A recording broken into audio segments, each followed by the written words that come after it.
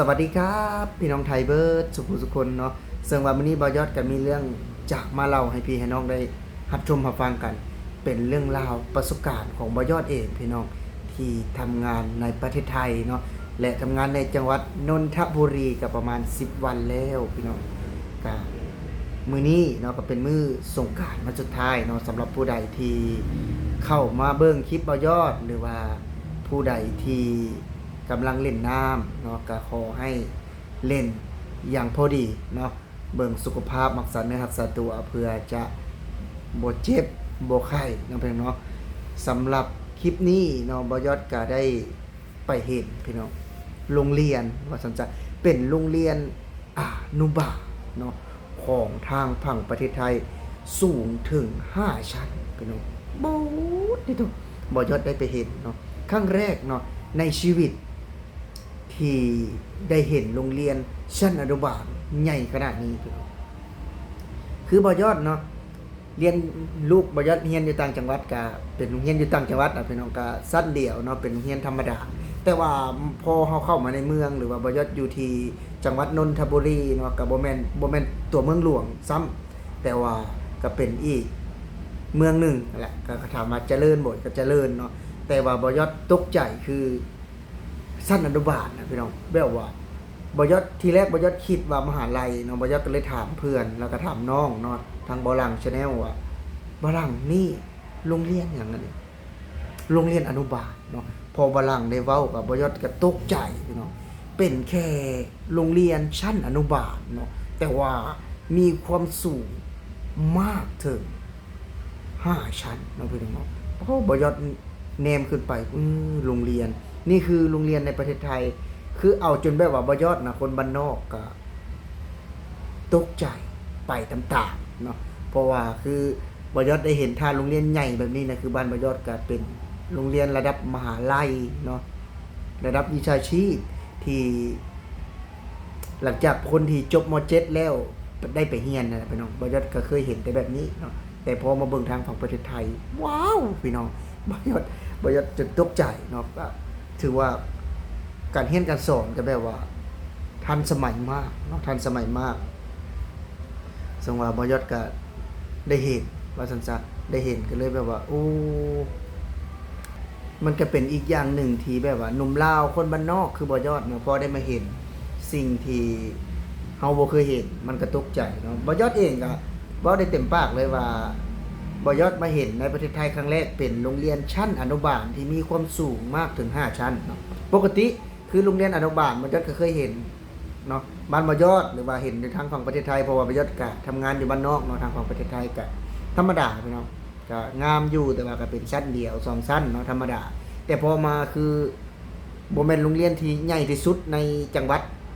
นนทบุรีได้พี่น้องแต่ว่าเป็นโรงเรียนที่บ่ยอดเห็นแล้วก็บ่ยอดตกใจเนาะบ่ยอดว่าโอ้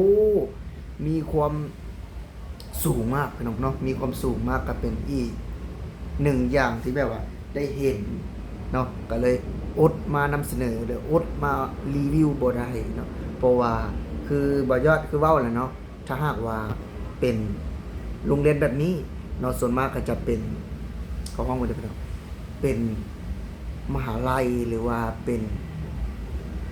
โรงเรียนวิชาชีพเนาะคืออยู่บ้านบ่ยอดแต่พอเห็นอยู่ในประเทศไทยพี่น้องคือบ่ยอดก็ได้ไปเห็นอีกหนึ่งบอร์ดเนาะนั่นก็คือพี่น้องเดี๋ยวบ่ยอดจะเล่ารวมๆเลยเนาะคือหลังจากที่เห็นโรงเรียนแล้วเนาะมื้อนี้คือแล้วก็ได้ไปส่งน้ำแข็งอยู่ที่ศูนย์พฤกษ์แบบว่าเยาวชนเนาะของเทศบาลเมืองนนทบุรีพี่น้องเนาะก็ไปเห็นเด็กน้อยกำลังแบบว่าแข่งซ้อมพี่น้องวอลเลย์บอลเนาะบ่ยอดเห็นนี่ขนาดบ่ยอดคิดว่านี่ขนาดบ่แม่นทีมชาติเนาะเพิ่นยังเฮ็ดให้ว่าคักเฮ็ดให้ละเอียดแบบนี้พี่น้องคือในทีวีเลยนะบ่ยอดเข้าไปเบิ่งกันก็เป็นอีกอย่างหนึ่งเฮ็ดให้บ่ยอดตกใจเพราะว่าตอนนี้ก็ค่อนข้างที่จะเสียงดังนะพี่น้องเพราะว่าคือเพิ่นเล่นสงกรานต์อยู่นะแต่ว่ายอดก็คือเมื่อยจากงานแล้วก็ได้บ่ได้ลงไปเล่นนำเพิ่นว่าซั่นจ้ะก็เป็นอีกหนึ่งอย่างที่บ่ยอดได้เห็นคือศูนย์แบบว่าสนามกีฬาระดับอบตนะพี่น้องบ่ยอดก็เว้าได้เลยว่า คือในทีวีคือทีมชาติเลยว่าฉันจะ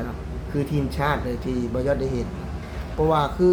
ถ้าหากว่าคือบ่มาประเทศไทยนี่บ่ยอดก็จะบ่ได้มีโอกาสเห็นเนาะหลายอย่างมากๆพี่น้องเนาะการเรียนการศึกษานี่แน่นอนแล้วว่าบ่ยอดเชื่อว่าประเทศไทยนี่สุดยอดเนาะประเทศไทยนี่ล้ำหน้าล้ำสมัยจากบ้านบ่ยอดนี่ไปไกลมากๆเนาะอันนี้บ่ยอดบ่ได้อวยไทยแต่ว่าบ่ยอดมาเล่าเนาะให้พี่ให้น้องได้ฟังกันว่า จากประสบการณ์ที่คนบ้านนอกคนหนึ่งเนาะเข้ามาในเมืองหลวงเนาะเข้ามาในเมืองใหญ่ก็ได้เจอเรื่องราวที่ดีๆเนาะแบบว่าเขาได้เห็นก็อดมาเว้าหรือว่าอดมาเล่าต่อบ่ได้มันก็เป็นอีกหนึ่งอย่างที่บยอดเห็นแล้วอยู่ในประเทศไทยบยอดอยากส่งแนวคิดแล้วก็แนวที่แบบว่าบยอดตื่นเต้นบ่จะตกใจเนาะคือห้องหมอหรือว่าโรงเรียนเนาะคือโรงเรียนนี่บ่จะถ้าหากว่าเป็นโรงเรียนสักว่ามัธยมปลายหรือว่ามหาลัยเนาะบ่จะก็จะบ่ตกใจเนาะ5ชั้น6ชั้นจังซี่แต่พอมันเป็นแค่เพียงชั้นอนุบาลนะเนาะมันเป็นเพียงชั้นอนุบาลก็ยังแบบว่า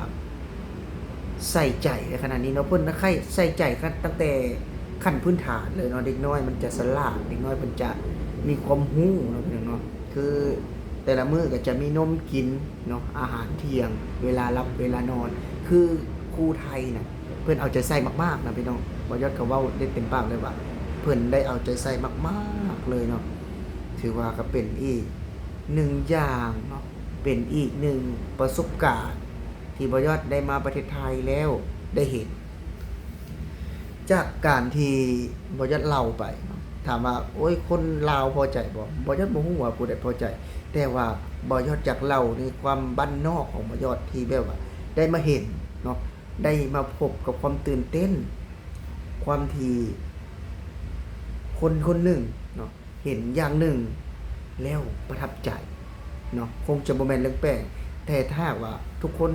บางคนเนาะคิดว่าบ่ยอดเว้าเป็นเรื่องแปลก ก็ขอโทษขออภัยเนาะก็ถือว่าสำหรับคลิปนี้เนาะผู้ใดที่เข้ามาเบิ่งแล้วก็อย่าลืมเด้อพ่อแม่พี่น้องเด้อฝากกดแชร์กดไลค์เนาะกดติดตามเพื่อเป็นกำลังใจให้บ่ยอดเนาะแรงงานเรา Channel พี่น้องจากคนที่จากบ้านเมืองมาเนาะหรือจากสปปลาวมาทำงานในประเทศไทยเพื่อจะหาเงินพี่น้องสร้างบ้านเนาะเก็บเงินไว้ก็เป็นทุนเป็นห้อนเพื่อสร้างอนาคตเนาะถึงบ่ยอดกันแน่นอนว่าบ่ยอดกับบ่ได้ร่ำได้รวยเนาะถึงจะมาทำงานในประเทศไทยเนาะพี่น้องเนาะแต่ก็หาเช้ากินค่ำคือบ่ยอดว่าแหละเนาะก็สำหรับคลิปนี้ผู้ใดที่เข้าเบิ่งแล้วก็อย่าลืมฝากกดแชร์กดไลค์กดติดตามสำหรับวันนี้สิขอกล่าวคำว่าสวัสดีครับ